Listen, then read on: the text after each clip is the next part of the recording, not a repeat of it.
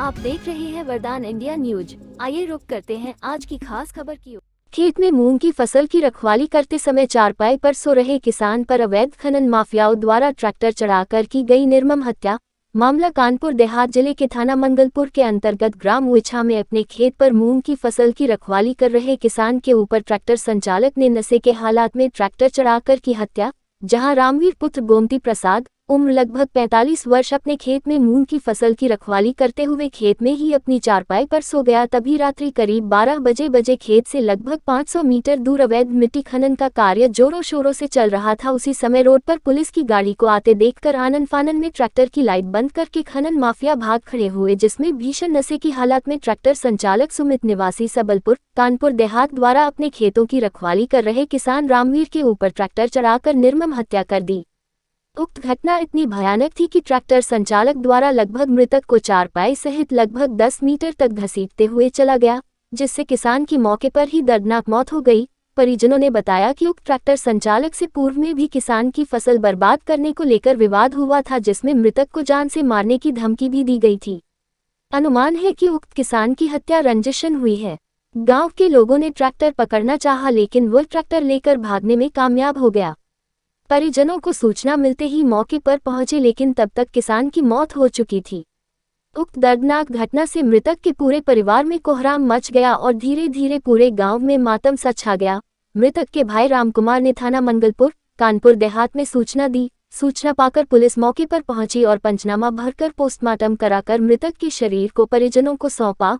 परिजनों ने पूर्ण नियमानुसार दाह संस्कार व मृतक के बड़े पुत्र अवनीश कुमार उर्फ बड़े ने अपने मृतक पिता को मुखाग्नि दी। दुख की बात यह है कि मृतक के घर में कमाने वाला सिर्फ मृतक रामवीर ही था, बाकी बच्चे पढ़ाई लिखाई करते हैं। ऐसे में पिता का साया बच्चों के सिर से हट जाने पर उनकी पढ़ाई लिखाई एवं परिवार का जीवन यापन कैसे होगा?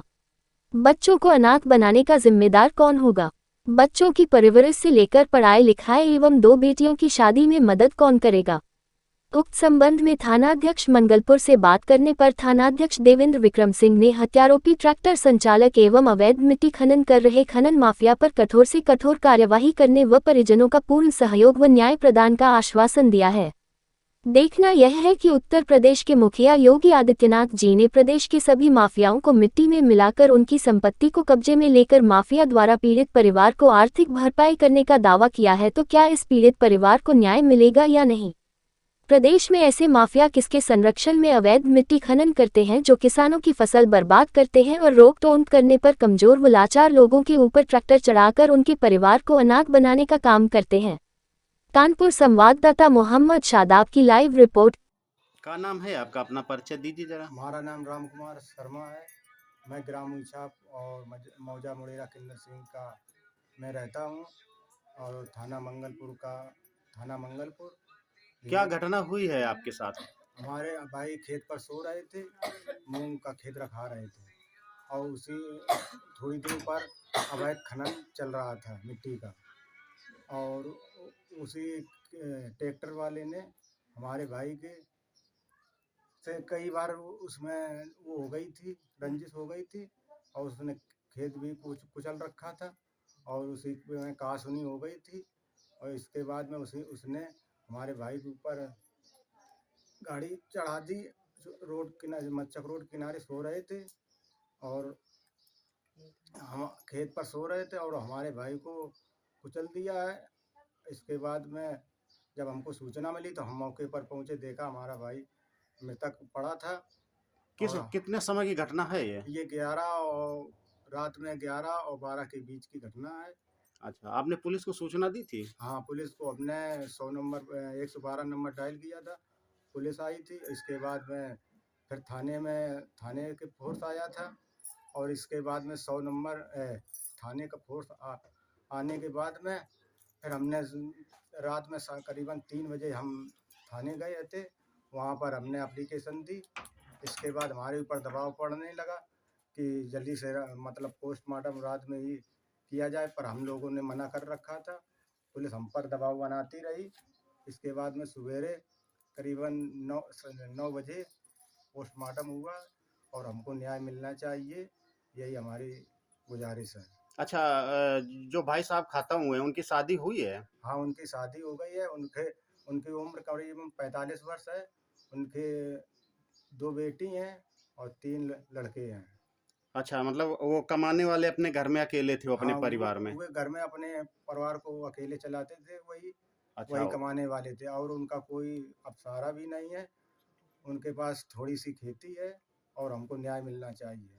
कैसा न्याय चाहते हो आप सरकार से? सरकार से हमें ये कि उनको मतलब गुजारा भत्ता मिलना चाहिए और जो हो सके वो हमको मिलनी चाहिए, न्याय मिलना चाहिए। ठीक ठीक है। आप कौन है? हम उनकी बहन है। अच्छा, आप क्या कहना चाहेंगे जो है इस घटना से? हम घटना से मेरे मेरे भतीजों को कानूनी न्याय मिलना चाहिए। अच्छा, कैसा न्याय जो है चाह रही हैं? अब इनको कानून जायज आप जानते हो कैसे न्याय मिलना चाहिए। जैसे कानून इनकी परवरिश कौन करेगा? वो पालने वाला तो एक ही था, मेरा अच्छा, भाई। पढ़ाई लिखाई कर रहे थे बच्चे अभी? हाँ, पढ़ाई कर रहे हैं। अच्छा, तो आप चाह रही हैं सरकार से कि इनको जो है पढ़ाई लिखाई और भरण पोषण की व्यवस्था सरकार करे। हाँ, कोई कमाने आप वाला नहीं है।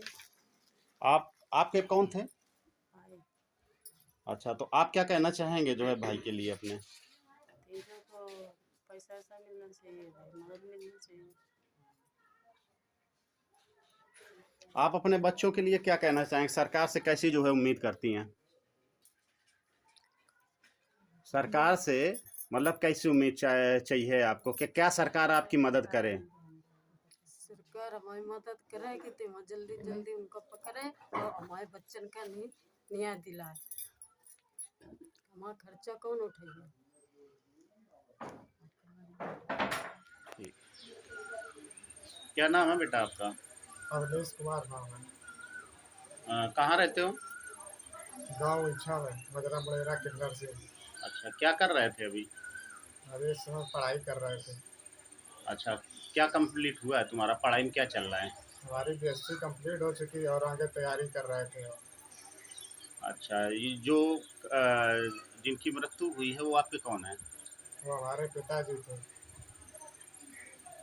तो अब आगे, अब पिताजी तो के साथ तो दुर्घटना हो गई, अब आगे क्या कर पाओगे तुम? मतलब पढ़ाई वगैरह कैसे होगी?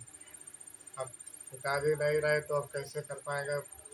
अब इसके लिए हम चाहते हैं कि कुछ जिन्होंने पापा को मारा है उनको पकड़ा जाए और उसकी भरपाई उसकी की जाए। भरपाई की जाए और जो हम लोगों की जो रह रहा छूट रहा है उसको पूरा किया जाए। तो योगी आदित्यनाथ जो सूबे के मुखिया हैं, जैसा कि पता चल रहा है कि वो अवैध जो खनन का कार्य करते हैं उन पर बहुत प्रभावी हैं, तो उनके लिए जो है आप क्या कहना चाहेंगे? मुख्यमंत्री जी से क्या मांगना चाह रहे हो? मुख्यमंत्री जी से कहना है कि जो अवैध रूप से खनन चल रहा है ये ऐसा ना किया जाए और ये जो दुर्घटना में पिता की मृत्यु हुई है उसके हमें न्याय मिले और उन्हें सजा मिले। जो हम लोगों के साथ जो हुआ और हमारे सब छोटे भाई हैं उनको सबके लिए पढ़ाई के लिए कुछ आगे किया जाए। क्या नाम है आपका? गुड़िया है मेरा नाम। हाँ, तो जिनके साथ घटना घटित हुई है, और तो उस संबंध में सरकार से आप क्या मांग करना चाह रही हैं? उनको न्याय मिलना चाहिए उनको, और क्या। 2 बच्चे इनके हैं, 2 बिटियां हैं, 3 लड़के हैं। छोटे छोटे बच्चे हैं, मतलब क्या करेंगे? वही कमाने वाले थे हैं, कुछ फिर शादी कर रहे। 2 बच्चे हैं, पैसे रुपए दे थोड़ा बहुत और न्याय मिले। लड़कों को सर्विस लगवाए, लड़कों बच्चों की। अच्छा, अभी जो वो पकड़े नहीं गए हैं? अभी पकड़े नहीं गए अभी। तो आप चाह रही हैं कि वो पकड़े जाएं? हाँ, पकड़े और जो जाएं। है जैसे कि कमाने वाले वही अकेले हाँ, व्यक्ति अकेले थे, हाँ, तो उनके बच्चों की जो है परवरिश हाँ, की व्यवस्था सरकार करे, सरकार यानी करे, बच्चों को नौकरी दे नौकरी दे, किसी न किसी को, और जो और है क्या। बेटियों की शादी में मदद करे। मदद करे। ठीक है, तो आप सुन रहे थे कैसे जो है दुखी परिवार अपने जो है भरण पोषण की मांग के लिए बैठा है, क्योंकि घर में कमाने वाला सिर्फ एक ही बंदा था और सभी बहुत ही लाचार और मजबूर हैं। तो सरकार को चाहिए कि ऐसे परिवार के साथ खड़े। वैसे तो सूबे के मुखिया मुख्यमंत्री जी का कहना है कि कोई भी खनन माफिया या गुंडा उत्तर प्रदेश में निवास नहीं करेगा, मैं उसे मिट्टी में मिला दूंगा। लेकिन पता नहीं क्या बात है कि 24 घंटे बीत जाने के बाद अभी तक ये माफिया पकड़े नहीं गए हैं और पुलिस हाथ पर हाथ रखे बैठी है। पुलिस का कहना है कि हम खोजबीन कर रहे हैं और जल्द से जल्द पकड़कर अग्रिम कार्रवाई करेंगे और जो मदद हो सकेगी पीड़ित की मदद की जाएगी।